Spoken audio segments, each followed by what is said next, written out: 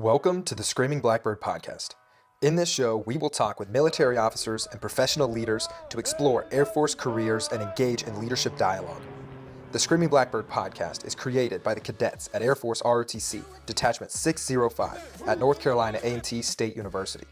The contents of this show are for educational and entertainment purposes only. They do not contain any official information nor opinions of Air Force ROTC or North Carolina A&T State University. Appreciate you guys. See ya. See ya.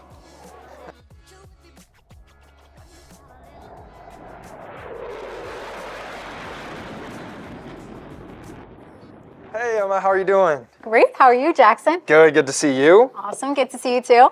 What's up, guys? Welcome back to episode 20 of the Screaming Blackbird podcast. I am your host, Cadet Jackson Willis, and today I'm joined with Emma Campsey, an AS400 at Mississippi State University, and we'll get into that. Emma, how are you doing today? I'm awesome. It's a beautiful day. The sun's shining. I'm just happy to be here. Terrific. Well, for the folks who don't know you, could you give us a quick 60 to 90 second intro of your upbringing and how you got here? So I'm from Pittsburgh, Pennsylvania, actually right outside of it. I decided to go to High Point University for my undergrad education. In my first year, during my freshman year, I did not join ROTC. However, when COVID hit, later on that freshman year, I decided, hey, I kind of need to do something to help me stay disciplined and everything like that and start achieving some of my leadership goals. And so I decided to join Air Force ROTC at High Point University. I was at North Carolina A&T for about 3 years. Again, since I started my sophomore year, I went through my senior year at North Carolina A&T, and then I actually had to make a big decision. I needed to go to ROTC for 1 more year, and so I needed to attend grad school, and that's whenever I decided to actually transfer to Mississippi State, do a grad school health promotion master's degree here, and attend Mississippi State's DET 425. So we'll get into the transfer there for a little bit, but going back, let's talk about a couple whys. Why'd you choose High Point University coming all the way from Pittsburgh, Pennsylvania? And then why'd you choose to join ROTC? I know you said you want a little bit of discipline after that, but why military, why ROTC, and why the Air Force? Okay, so for High Point, I decided to go there because it's a gorgeous place. It's actually one of the only places I applied to, but I honestly fell in love with it instantly. It has a lot of things in life that I thought walking around High Point University's campus I'd really appreciate, and it would motivate me to work hard for some of the nicer things in life.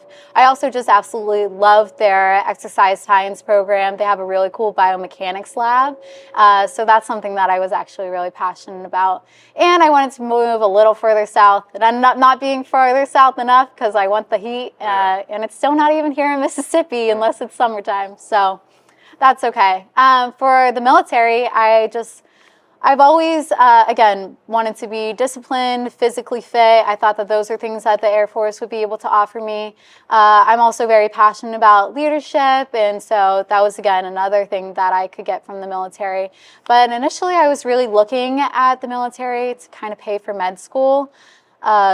And now I've been in the Air Force, and I've kind of learned a lot more about myself. And right now I'm decided not to go on the med school track, but I've still decided to stay in the Air Force just because I found a culture of people that I feel like I can really relate to and that can help me support my goals. And then again, I get to serve people here in a few months, so I'm very excited. What was your major in undergraduate? I was an exercise science major. And I really chose that. I thought that it was going to be a unique thing for med school to see as opposed to just biology or chemistry, but really I'm passionate about exercise science and the human body. I think it's amazing all the things that we're capable of doing, and I really want to focus on optimizing health for myself and other people. Awesome. So exercise science major, but you graduated in May of 22, is that correct? 2023. Oh, that's true. Graduated in May of 23, Yeah. And now you're a grad student at Mississippi State. Yes. What is your graduate degree in? It's food science, nutrition, and health promotion with a concentration in health promotion. Okay, terrific. And what do you hope to do to use that for in the Air Force? So really, this was something that I just decided, again, that I'm passionate about health and well-being. And It doesn't really have a direct correlation to the job that I actually got, the AFSC that I'll have as an aerospace physiologist. But again, it's really about understanding the needs and assessing the needs regarding health within the population and learning how to do intervention strategies to help achieve the health that we need to implement among all of our people and the public. So I think that this will give me a good idea about just how to assess maybe the needs of the pilots and the flight crew that I'm going to be able to help in working on developing strategies to help them. So you came back in the fall, obviously at a different school now, joined a different ROTC program. You started out at Det 605, and now you're at Det 425 at Mississippi State. How'd you end up here at Columbus Air Force Base? So I'm here because my husband is here now in UPT, undergraduate pilot training. I'm really excited for him. That was primarily one of the main reasons that I decided to detachment transfer. And that's because I knew that he was going to have a lot of things under his belt regarding pilot training. I was rarely going to get to see him because we're in a very isolated area, and so it's really hard to travel unless you're just taking a car. There's airports that are pretty much 2 hours away, the big places. So I wasn't going to get to see him a lot, and I really wasn't going to be able to support him in the way that I wanted to support him, and so that was a major factor for why I'm in Columbus now. And folks who are listening or watching, if you can hear that, that's a T6 flying over. We've got T-38s, T-1s, and T-6s flying all day today, so it's just part of living on base, huh? Yeah, and living off base too. It's really cool to hear the jets zoom by, and I'm like, oh, maybe that's Matt up there. So it's kind of fun. So before we jump into det transferring and the differences between the detachments and schools, I want to talk about your AFSC. So when you came back in the fall, you had an AFSC drop night. What AFSC did you get? I got 13H, which is Aerospace Physiology. Awesome, congratulations. Thank you. So you'll use your degree and you'll use your master's degree on that. Hope the folks can hear that plane ripping up above. And now let's talk about transferring. So you started out in college, not in ROTC. After COVID hit, you decided to join ROTC. How was your Det 605 experience? I love my Det 605 experience. Honestly, it was really hard to leave because I've just made so many valuable connections and so many amazing experiences there. But it was truly a tremendous experience, and it's helped support me get to where I am now. So I'm extremely grateful. Terrific. So you were across town at Det 605, yeah. But now that you're at Det 425, you go to the same school that has the same detachment. Is that correct? Yes. I still feel like across town because Starkville is 40 minutes away from where I live, so I'm still making that commute every single day for the most part. But it's been a pretty cool experience being at the same place for the most part. What are the different sizes between the detachments? Are they the same size or is there a difference there?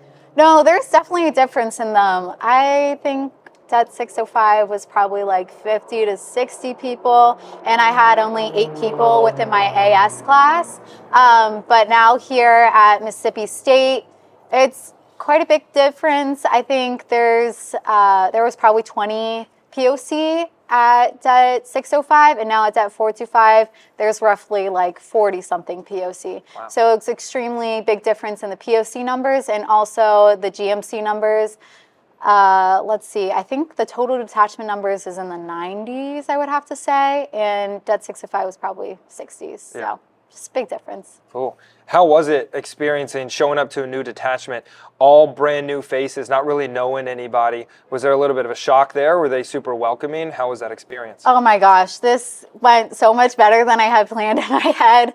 And I'm really grateful. It's so weird how small like the Air Force is, and even like our little ROTC detachment. I got to go to jump school this summer, and while I was at jump school, somebody who went to Mississippi State, Det 425, he was also at jump school about the week after. So we got to meet up, we got to go out to dinner. He helped ease my nerves. I also had somebody who I consider as my mentor now, who was my MSG commander. I was her deputy this past semester.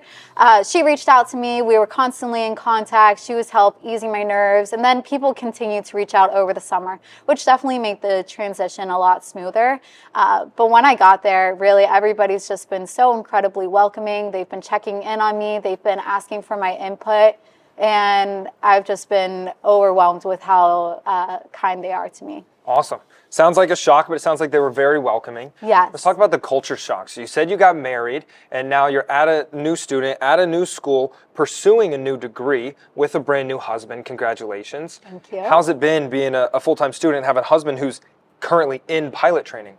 Yes. I think Matt kind of talks about this on his podcast, but really it's about trying to help each other balance. We both understand how rigorous ROTC can be and being a student can be. And so we just have to kind of pick up the slack where the other one can't really fulfill what we need to do for that day. And I've had many instances where I'm just like a little overwhelmed, a little frustrated, and Matt's like, hey, I'll pick up the slack for you today. I know I can count on you later on to do the same for me. And so we've really figured that out. We've made it work. We're incredibly busy during the week, and so I rarely get to see him. Some days I leave at around 5 in the morning, and I have ROTC all day long, and then I have grad school classes late at night that go till like 9 o'clock. And then I don't get home till 9:45, and Matt's exhausted because he got up early too, and he's already in bed, and I'm just like, okay, well, I didn't get to see him today.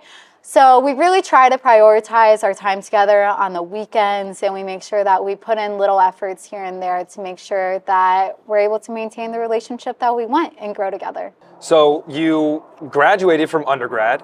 You were very successful in your beginning of your career in ROTC. At field training, you did well. You won the Iron Woman Award, so congratulations for that. Thank you. Can you talk about some of the reasons or contributing factors to your success in your career so far? I just think that I've been extremely motivated by the people around me. I have tremendous respect for all these people to get up, and we are all like one team in ROTC. I feel like we're always there to support each other, and when we're down, you know, somebody is always noticing and they're reaching out because they want to see your success as well.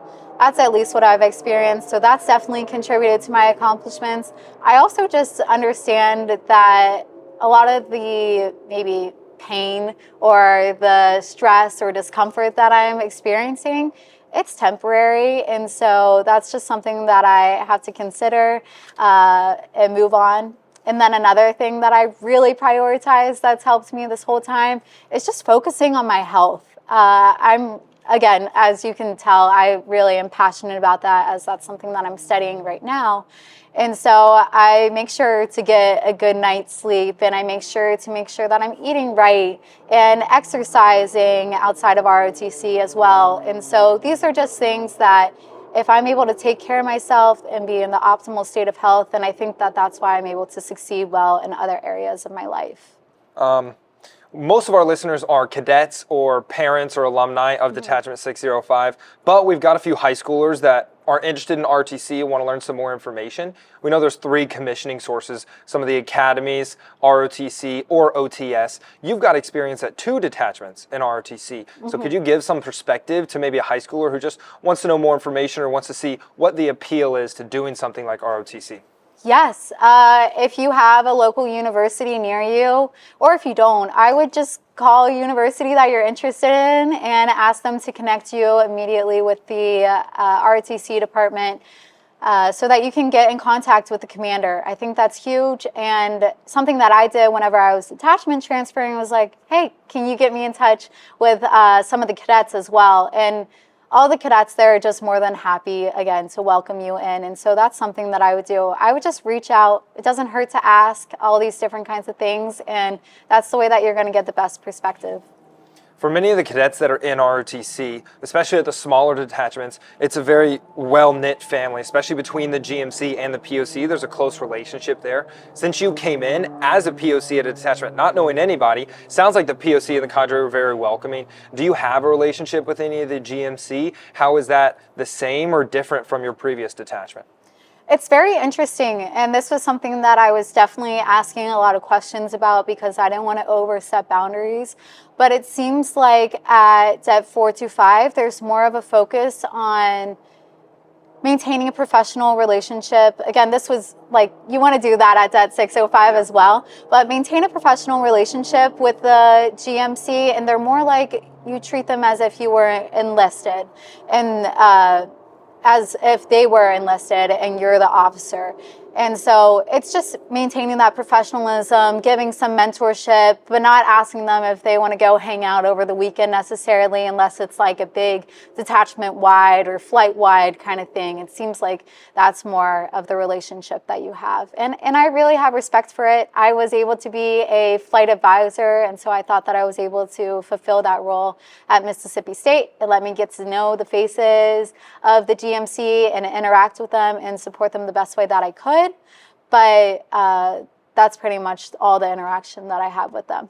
So for cadets, students, parents who are wondering, want to get better with their health and fitness, or want to maybe score better on their PFA, you have a max PFA, you scored Iron Woman at field training, and you're pursuing a master's in health promotion, so I think you have a little bit to talk about this. What has been some of the reasons or some of the things that have helped you in your health and fitness journey, and what's some advice maybe that you could give to someone who's trying to better their health and fitness journey?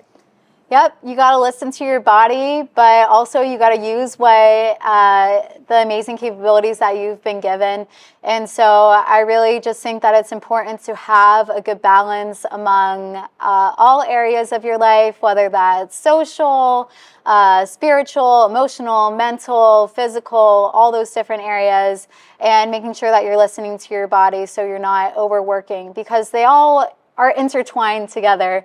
And if one area is not going well, then you might not be doing well in another area. They're all interdisciplinary and related to each other.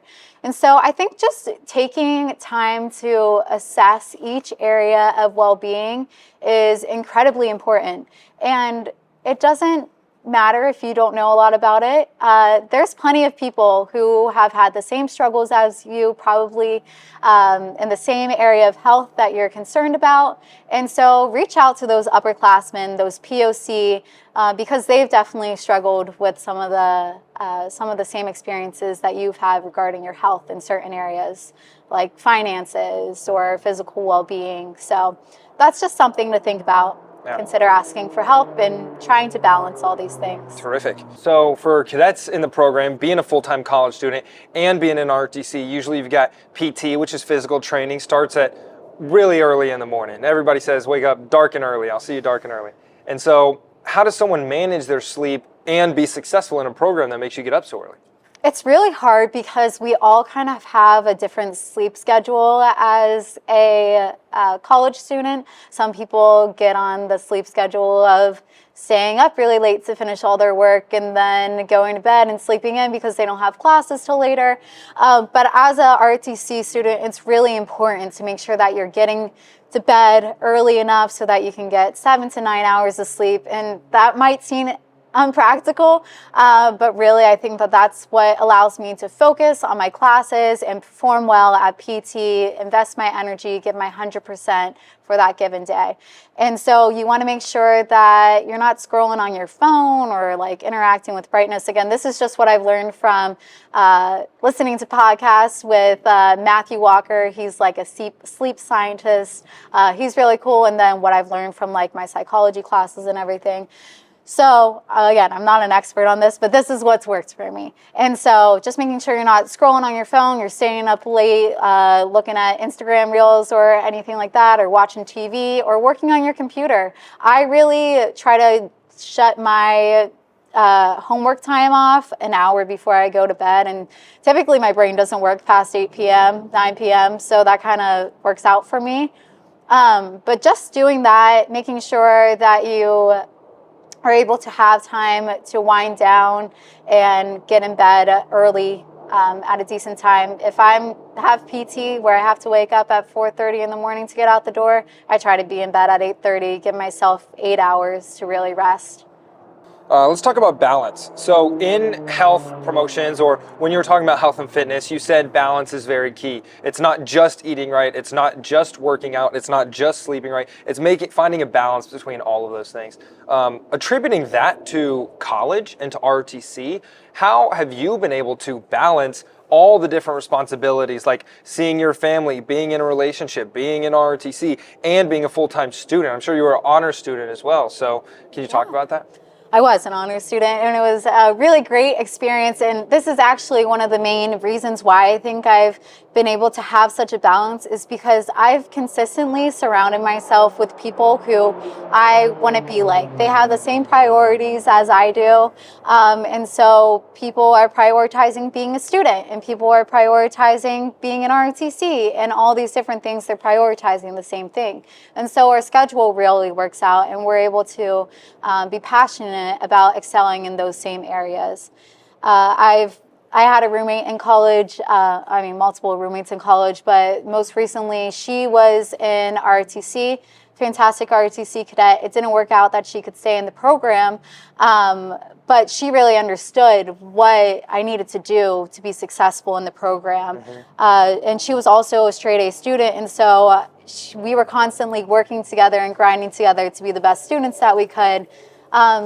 And then they also prioritize their family, their relationships, their friends, having fun. And so we were just able to have a buddy to go about life with and make sure that we're balancing all those areas that we wanted to, including working out. She was my workout friend, my marathon friend. It was fun. That's awesome. It's important to have somebody in the program that you can kind of go through it with. I was talking about this with a different cadet, and they were saying you need a group of friends or a clique or somebody. Now, we discourage cliques, but sometimes group of people who are like-minded can help encourage you in the program. And I wouldn't even say you need to go that far. You really just need one person. I've seen multiple experiences and examples where two people can actually help each other out a lot and get themselves through the program, which is really beneficial. And so I think that's what you're getting to. Yes, I call that an accountability buddy. So everybody go out, find your accountability buddy in life, and just crush it. Yeah, awesome. So you said you wanted to surround yourself with people you want to be like. Relating that to mentors, this program has a lot of different information, and there's a lot of conflicting information. You can ask 5 people the same question, and you'll get 5 different answers. So with that being said, have you been able to find a mentor, maybe someone in a field you like, or maybe just someone you look up to, where you've been able to get some of those questions answered and help you in some hard times? Yes, for sure. So Matt definitely has some mentors that, actually we have one friend, he has a wife who is in medicine, and so it's been really cool to kind of have her as a mentor while he's a pilot as well. And so he kind of relates to Matt, and I can kind of relate to his wife in that aspect. So that's been really awesome. They're kind of our mentors in a sense of where we want to be one day together. But another sense, I've been constantly reaching out to aerospace physiologists that I can ask questions to, so that I can be prepared for my future in this career. And then I just always find cadets that inspire me. And this is the weekly test. Technical difficulties. Stand by 1 second, please. Back to your regularly scheduled program. Sorry about those technical difficulties, but we were talking about mentors. You said that you found another couple that was a pilot and in the medical field that was able to help you, and then you said you were reaching out to cadets. Can you talk more about that? Yeah, I just feel like everywhere I've gone, at Det 605 or Det 425, or while I was at jump school, I was just constantly inspired by many cadets over my time in ROTC, and I have continuously tried to look up for them for mentorship and inspiration.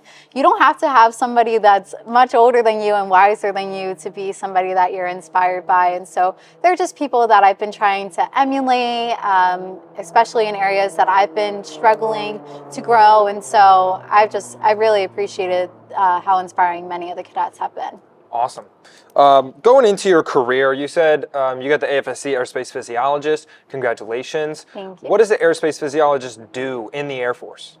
So an aerospace physiologist, this is from my understanding based off of me looking at it this summer and getting to shadow. Again, that's something that you can do. You should reach out to anybody in your career field or one that you hope to get and see what they can offer you. And so I was extremely grateful for that. But from my understanding, I'll be more of a teacher role. At least in my first year, I'll be located at some kind of pilot training base for more of the students of pilot training.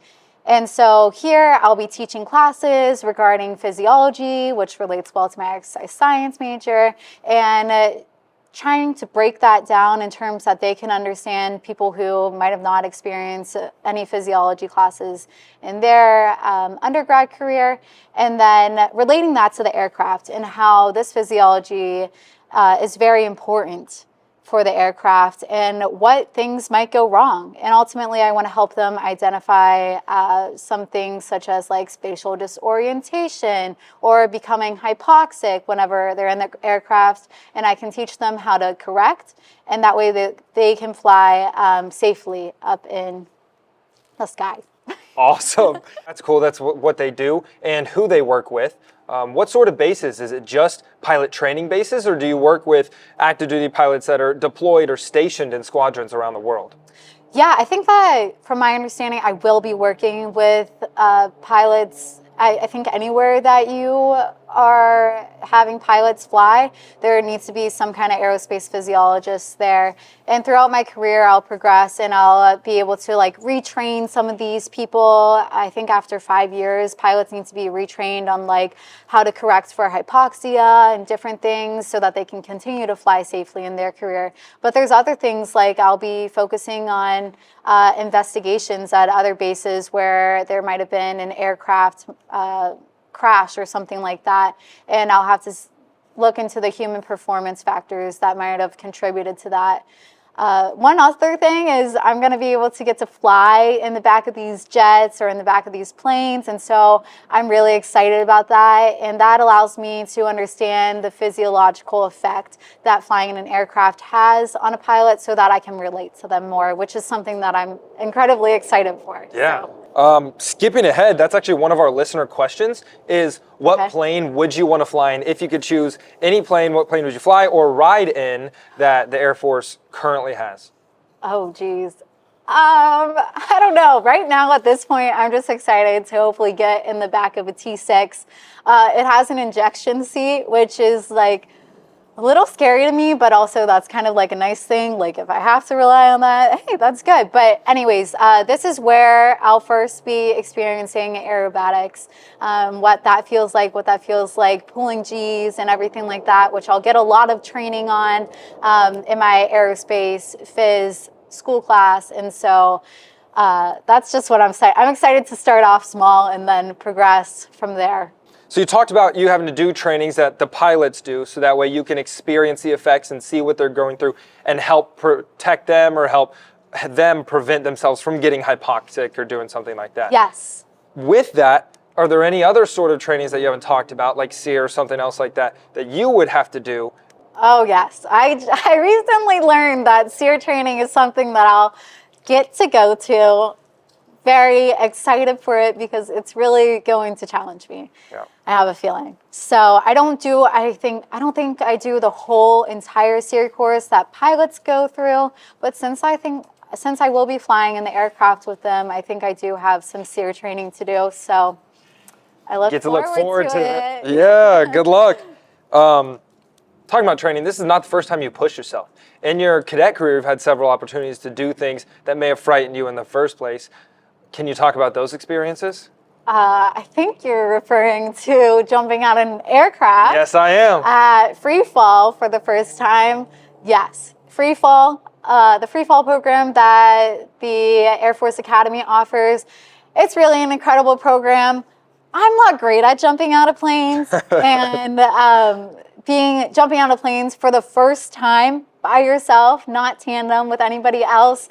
They definitely trained me well. I just don't think that I was able to put 2 and 2 together, and so that was on me. But they did a great job. It was really fun. It was really terrifying, but it was a thrill of a lifetime, and I'm really grateful that I had that experience.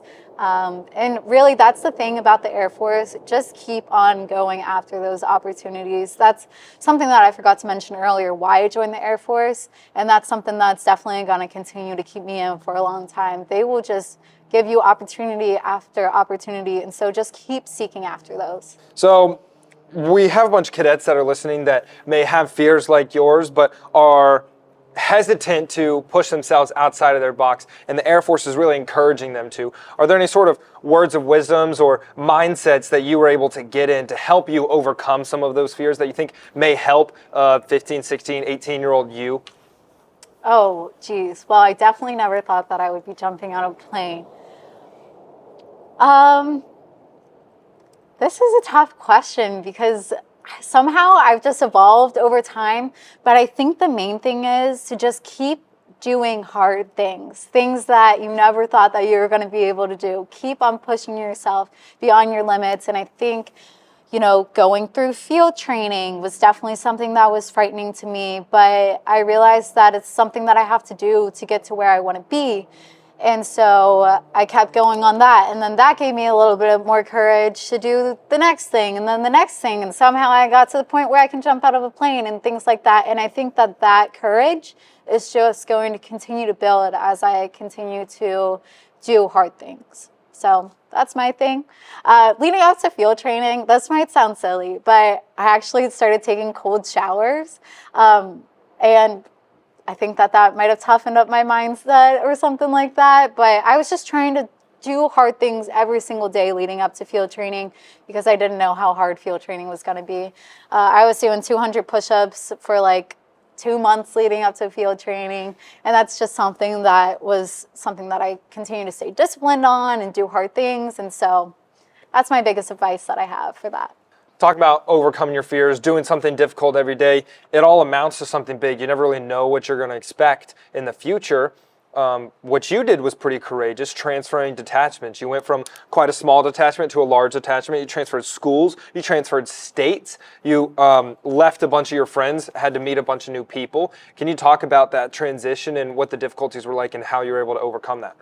It was definitely challenging to do this, and it was also really difficult because I was at such a great place at 605 because I've made so many amazing friends and had such an awesome time. I didn't want them to seem like I wanted to abandon them or anything like that, but really one thing you got to do, especially now, is do what's best for you.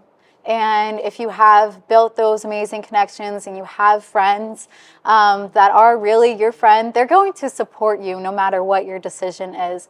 And so that's just something to take into consideration. It was something that I was really nervous about, how my friends and fellow ROTC cadets would react to this decision. But it was ultimately a decision that's allowing me to fulfill some of my other goals in life. And so I really appreciate their support and my courage to do that. Let's talk about small Air Force a little bit. Mm-hmm. So cadets get a little bit of experience with PDTs, professional development time, or MDXs, mock deployment exercises, or field training, things like that, where they go experience and they see the same cadets maybe in their state or country or whatever, and they get to see them for a while, and so they can kind of see it's a little bit of a small Air Force. Is that true now that you're so close to a Air Force base? Is it a small Air Force, or is it a pretty big world like this guy's flying over us right now? No, I definitely think that it's true. And, that's also something that I considered whenever I was detachment transferring. I was like, this is not going to be my last time seeing all these people at Det 605. And I'm somebody who feels like I can just pick up right where I left off with somebody. And so that's also something to take into consideration. And being at an Air Force base, I feel like I run into the same people every single day. There's another guy who's here with Matt right now who graduated from the same ROTC class at Det 605, and he's actually in the same class at pilot training with Matt, which I think is just wild. And so it really is small. You're going to continue to run into people. Don't burn bridges or anything like that, but leaving Det 605, I know I'm going to see those people, and then leaving Det 425 in the next 6 months, I'm going to see those same people again. So awesome. Yeah. Small world. Yes. Cool. Well, wrapping up here, we're going to go to some of our listener questions. I know you asked you one with what plane would you ride in, and your answer was T6. I'm starting out small. Okay. I need to, that's definitely something that I'm going to have to do those hard things to work up the courage to go in the T-38 or some other big aircraft. So I'll start at the T6. Cool. Good answer. Next thing, you've got some long road trips, seeing family up in Pittsburgh, driving down to High Point University, see some friends. On that road trip, you stop at a gas station, you get one snack, one drink. What is your go-to snack and drink to finish you out for the ride? Oh, this is tough. I think I am a Chex Mix girl. I do like Chex Mix, but there's also another place that we stopped by, and this has kind of been like my new snack. It's more like a meal. It's huge. It's very calorically dense, but it's a great road trip meal. It's from Buc-ee's, actually. Okay, Buc-ee's. Barbecue brisket, barbecue pork sandwiches or whatever. So that's something that I found very delicious recently. Terrific. So the last question we've got for you here is, what has your biggest takeaway been? You've had a lot of wonderful experiences up in the Northeast or at High Point University, Det 605, Det 425, undergraduate, master's program. What's kind of been your biggest takeaway, your motto that helps you push into the next day? This is actually a pretty newfound motto, but I think it's going to transfer across all of the experiences that I have in the Air Force. And that was something that Det 425 opened my eyes up to. It's something that we continue to ask ourselves this past year as they were kind of going through a bunch of different transitions within the wing. And that's, is it wrong or is it different? And so that's just something to take into consideration coming from one det and going to another. I saw so many differences, and I wasn't just going to go in and jump all over them and change everything.